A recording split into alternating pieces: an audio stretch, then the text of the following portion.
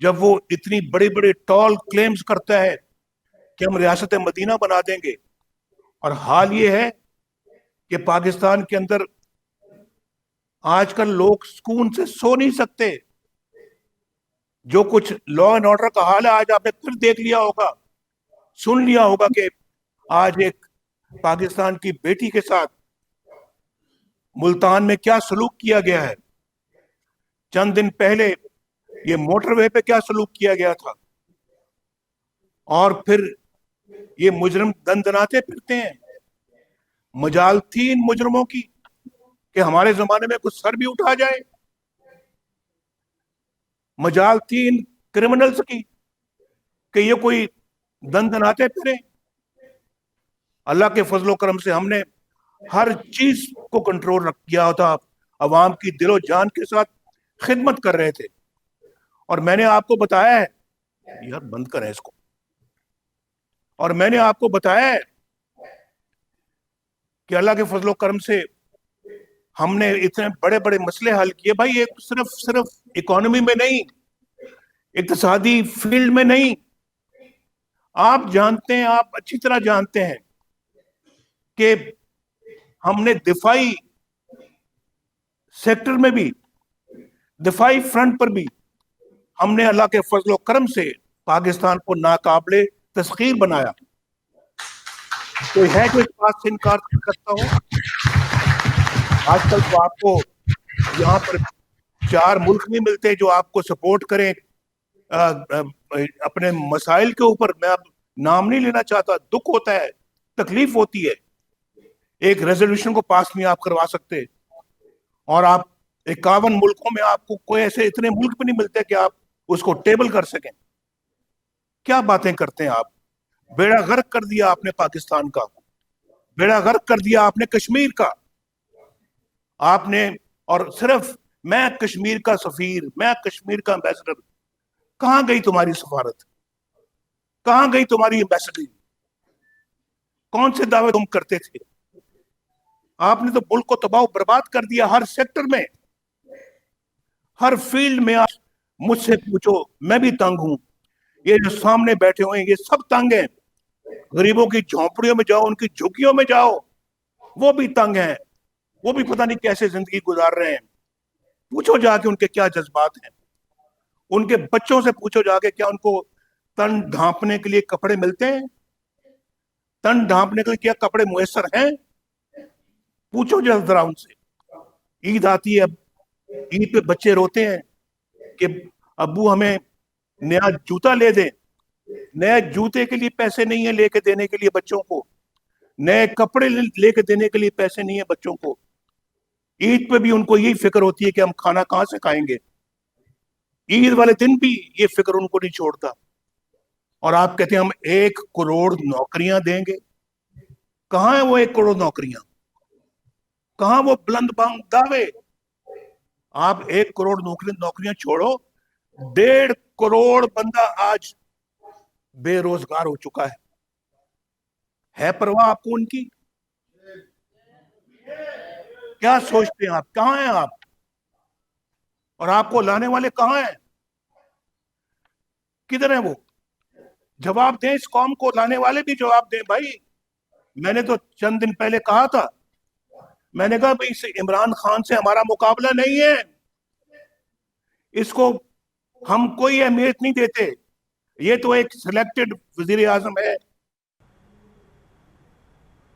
اور دیانتداری کے ساتھ مجھے ایسا نہیں جواب چاہیے جو صرف زبان سے آئے اور دل اس کا ساتھ نہ دے. اگر دل ساتھ دیتا ہے تو پھر مجھے جواب دو، دل ساتھ نہیں دیتا تو چپ رہو. جواب بھی دینے کی ضرورت نہیں ہے، میں نہیں مانگتا آپ سے جواب. پاکستانی قوم اس کا جواب جانتی ہے. میں آپ سے پوچھنا چاہتا ہوں، ذرا آپ اپنے دماغ سے پوچھیں، دل سے پوچھیں. پہلے دل سے پوچھیں، بعد میں دماغ سے پوچھ لینا.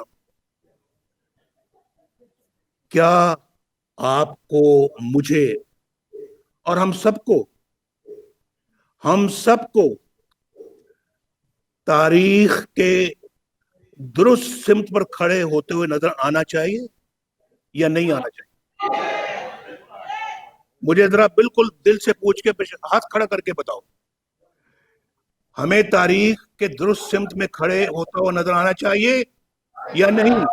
جو سمجھتے آنا چاہیے ہاتھ کھڑا کرو.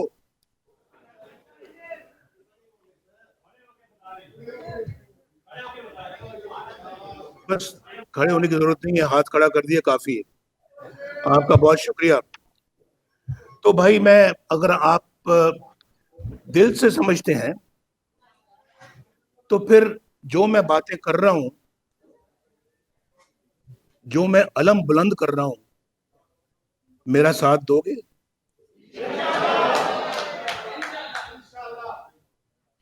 اس سوال کا جواب بھی دل سے پوچھ کے بتاؤ, میرا ساتھ دو گے؟ اگر آپ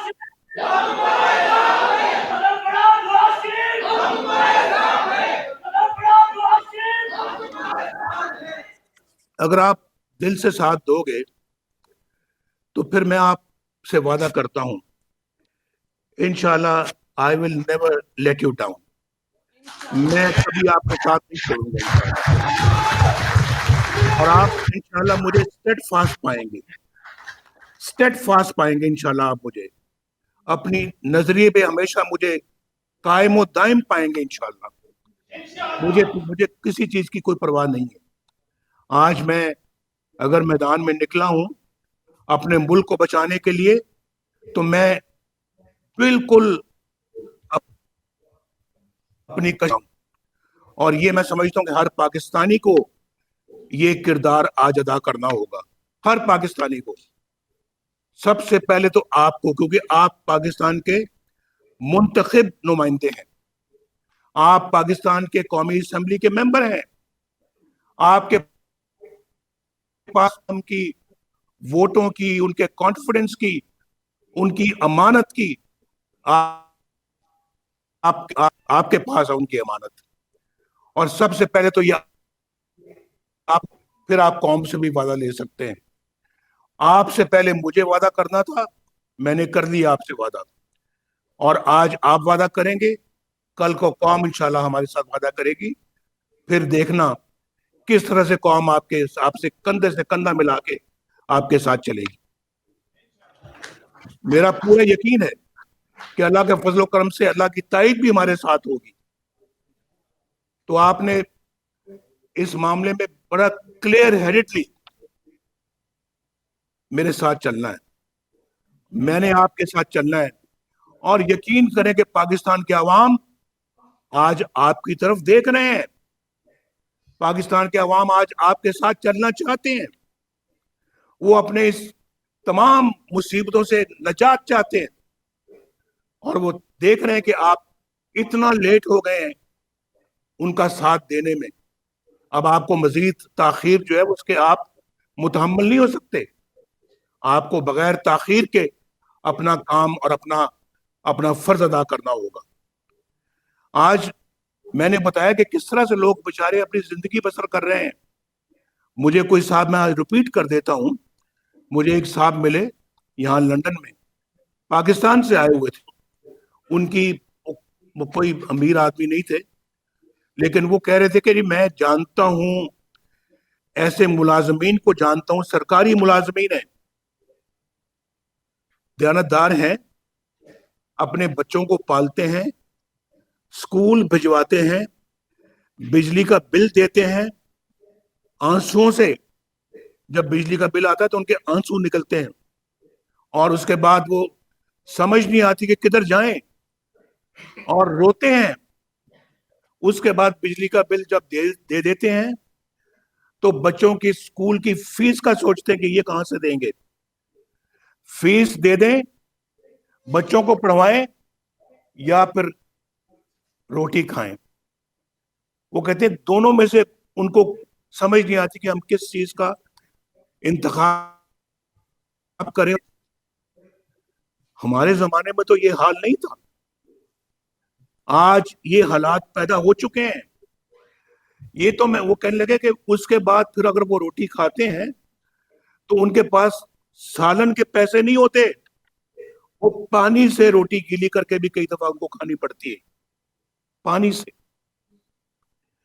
یہ تو ان لوگوں کا وہ حال بتا رہے تھے جن کے پاس چھوٹا موٹا روزگار ہے، جو بیچارے ابھی بھی تنخواہ لیتے ہیں، گھر کا کرایہ بھی دینا پڑتا ہے، اور پھر بچوں کے لیے دودھ کا انتظام بھی کرنا پڑتا ہے، تو روٹی پانی کے ساتھ کھاتے ہیں، پانی کے ساتھ کئی دن، سالن میسر نہیں ہے، گوشت تو دور کی بات ہے، مرغی تو دور کی بات ہے، پلاؤ تو شاید پتہ نہیں سال میں ایک مرتبہ بھی کھانا نصیب ہوتا ہے کہ نہیں۔ میں ان لوگوں کی بات کر رہا ہوں، اور مجھے سمجھ میں آتی ہے۔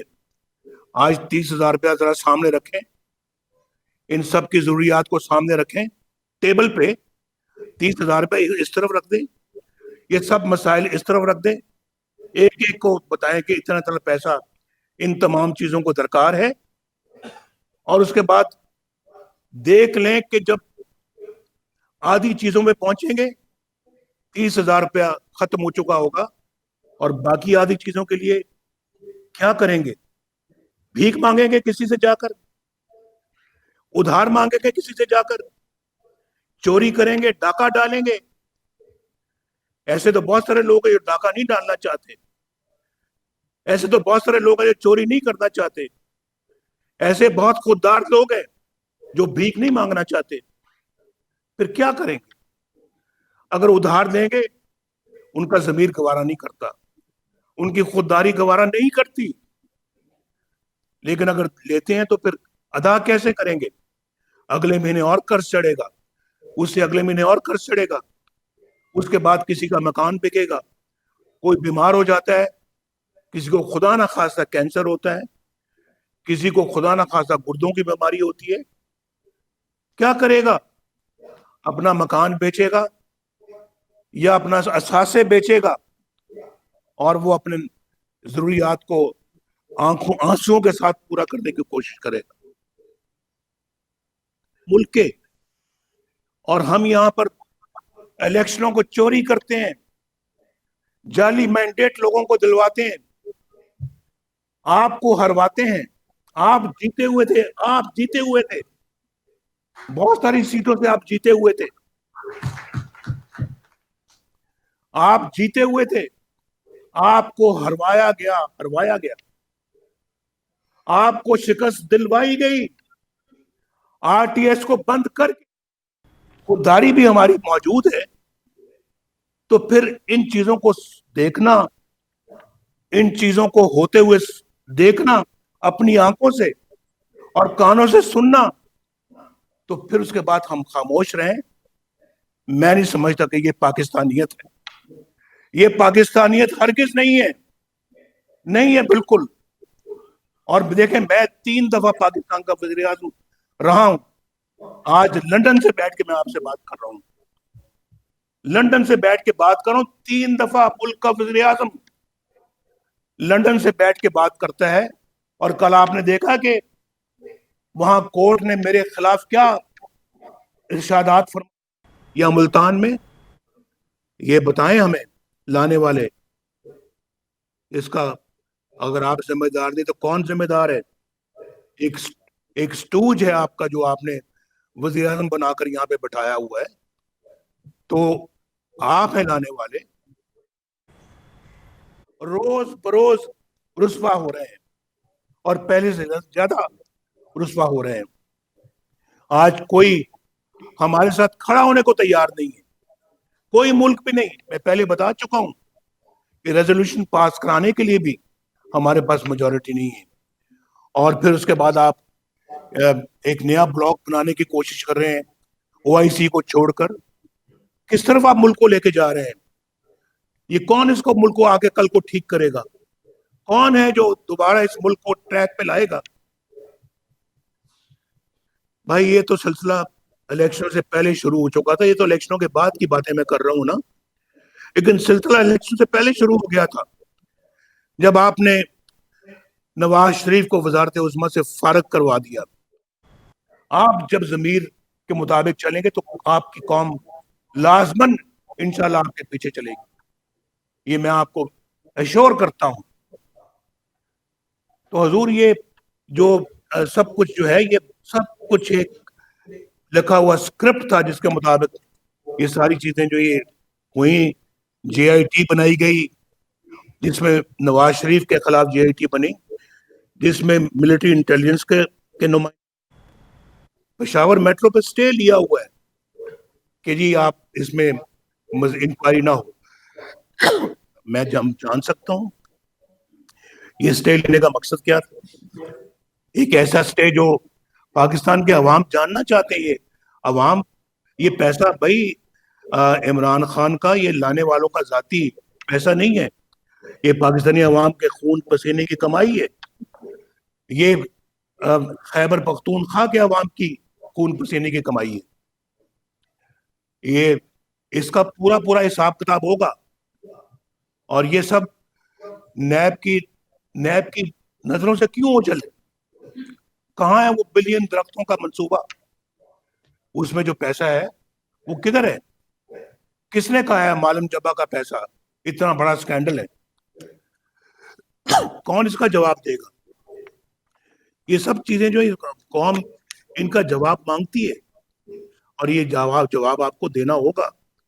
میں کل بھی میں نے کہا ہے کہ میں اپنا دوسری میں آپ کو یہ بھی بتانا چاہتا ہوں کہ یہ کون بتائے گا ہمیں فورن فنڈنگ کیس جو ہے وہ اتنے سالوں سے کیوں دبا ہوا ہے؟ کیوں نہیں وہ سامنے آتا؟ اور کیوں نہیں اپنا جو ہے وہ اس کا کوئی حساب کتاب قوم کے سامنے آتا؟ کیوں اس کے خلاف بھی اسٹے آرڈر وغیرہ لیتے رہے اور دے رہے ہیں؟ اور کیونکہ اس میں سب گڑبڑ کرپشن ہے، پیسہ کھایا ہے، پیسہ بنایا ہے انہوں نے. اور لیکن مجھے سمجھ نہیں آتی اس کو کون روک رہا ہے کہ وہ فیصلہ جو اس کا سنایا جائے اور فیصلہ قوم کے سامنے لایا جائے. میں جاننا چاہتا ہوں،